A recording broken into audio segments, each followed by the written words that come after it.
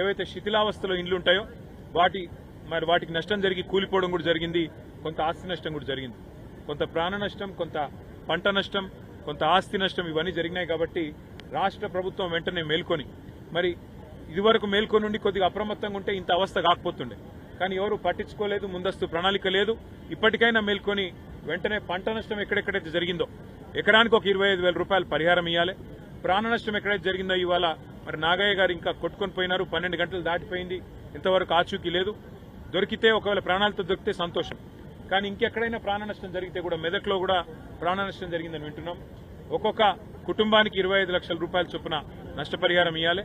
ఒక్కొక్క ఎకరానికి 25,000 రూపాయల చొప్పున నష్టపరిహారం ఇవ్వాలి. కూలిపోయిన ఇండ్లకు కూడా వెంటనే వాటి స్థానంలో ఇందిరమ్మ ఇండ్లు మంజూరు చేయాలని చెప్పి కూడా డిమాండ్ చేస్తూ మా పార్టీ తరఫున కూడా మా కార్యకర్తలు, నాయకులు ఎక్కడికక్కడ ముఖ్యంగా కామారెడ్డి పట్టణంలో గంప గోవర్ధన్ గారు తిరుగుతూ ఉన్నారు, ఎల్లారెడ్డిలో నల్లమడుగు సురేందర్ గారు తిరుగుతూ ఉన్నారు. ఎక్కడన్నా ప్రజలు ఇబ్బందుల్లో ఉంటే కార్యకర్తలు, నాయకులు వారికి సరిపడా మంచినీళ్లు, ఆహారం ఇవన్నీ కూడా అందించి అవసరమైతే కొన్ని వైద్య శిబిరాలు కూడా పార్టీ నుంచి ఏర్పాటు చేస్తాము. మేము మా ప్రయత్నంగా మేము ప్రతిపక్షంలో ఉన్నా కూడా ప్రజలను ఆదుకునే ప్రయత్నం సంపూర్ణంగా చేస్తాం. మరి ఇక్కడ రాష్ట్ర ప్రభుత్వం వెంటనే మేల్కొని సహాయక చర్యలు, వెంటనే ప్రజల ఆస్తి నష్టం, ప్రాణ నష్టం లేకుండా ప్రయత్నం చేయాలని చెప్పి వారిని కోరుతా ఉన్నాము. అట్లాగే నర్మాలలో కూడా మా పార్టీ నాయకులు ఇక్కడే ఉండి సహాయక చర్యలు పర్యవేక్షించి ఆ కుటుంబాల్లో ధైర్యం నింపినందుకు వారితో నేను కూడా నిన్న మాట్లాడినాను, వాళ్ళు చిక్కొని పోయిన వాళ్ళందరితో కూడా.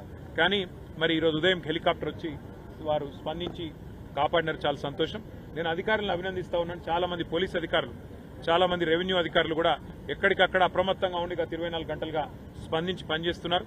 ప్రభుత్వం పని చేసినా చేయకపోయినా, ప్రభుత్వ పెద్దలు పనిచేసినా పని చేయకపోయినా అధికారులు అప్రమత్తంగా ఉన్నందుకు, పనిలో నిమగ్నమైనందుకు అధికారులకు, మీడియా కూడా మొత్తం రాష్ట్ర వ్యాప్తంగా మరి అన్ని వార్తలు కూడా ప్రజల దృష్టికి తీసుకొస్తున్నారు. ఎక్కడెక్కడ ఇబ్బందులు ఉన్నాయో చెప్తున్నారు. మీడియాకు, అధికారులకు మా తరఫున, మా పార్టీ తరఫున హృదయపూర్వకంగా కేంద్రం సహాయం చేయడంలో రాష్ట్ర ప్రభుత్వం నిర్లక్ష్యంగా వ్యవహరిస్తుంది. రాష్ట్ర ప్రభుత్వానికి కనీసం అసలు ఇక్కడ ఏం జరుగుతున్నది, ఉపద్రవం ఎట్లాంటిది రాబోతున్నదని ఒక ప్రజలకు హెచ్చరిక చేయాలన్న ఇంగిత జ్ఞానం కానీ, లోతట్టు ప్రాంతాల్లో ఉండే ప్రజలను తరలించాలన్నది ఆలోచన కానీ, మాన్సూన్ ప్రిపేర్డ్నెస్ అనేది ఉంటుంది. మాన్సూన్ ప్రిపేర్డ్నెస్ అంటే వర్షాకాలం రాకముందే శిథిలావస్థలో ఉన్న ఇండ్లు ఎన్ని లెక్కబెట్టి వాళ్ళని ఖాళీ చేయించడం. ముఖ్యంగా లోతట్టు ప్రాంతాలు వర్షం ఉండే పరిస్థితి ఉన్నప్పుడు ఎక్కడెక్కడ ఉన్నాయి, వరద ఎక్కడొచ్చే అవకాశం ఉంది, వాళ్ళని తరలించాలి, వాళ్ళకి ఇబ్బంది కాకుండా చూసుకోవాలి. అవసరమైతే కొన్ని చోట్ల రహదారులు మూసేస్తాం. ఎందుకంటే ఇప్పుడు నిన్న మా వాళ్ళు ఇక్కడ 5 చిక్కుపోయినారు. ఎందుకు చిక్కుని పోయినారు?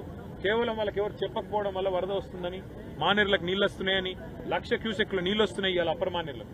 మరి 1,00,000 క్యూసెక్ల నీళ్ళంటే వచ్చినప్పుడు సహజంగానే ఇక్కడ రాకపోకలన్నీ ఆగిపోతే అని అందరికీ తెలుసు. అట్లాంటిది ముందే జిల్లా కలెక్టర్ గారు కానీ, జిల్లా యంత్రాంగం కానీ మేల్కొని రాకపోకలు ఎక్కడెక్కడైతే బ్యారికేడ్లు పెట్టి ఆపేయాలి. ఆపేసి ఎక్కడ కూడా నష్టం జరగకుండా చూడాలి. వాళ్ళ అదృష్టం వాళ్ళ 5 బతికిండ్రు. వాళ్ళకి నిజంగానే ఇంకా వరద పెరిగి కొట్టుకుపోయే పరిస్థితి వస్తే దానికి బాధ్యత ఎవరు? ఇట్లాంటివన్నీ కూడా ప్రభుత్వం ముందు మేల్కొని ముందస్తు ప్రణాళికలు రూపొందించుకుంటే జరుగుతుంది. ఇప్పటికైనా మేల్కొని ఎక్కడెక్కడైతే నష్టం జరిగిందో వెంటనే రిపోర్టులు పంపాలి.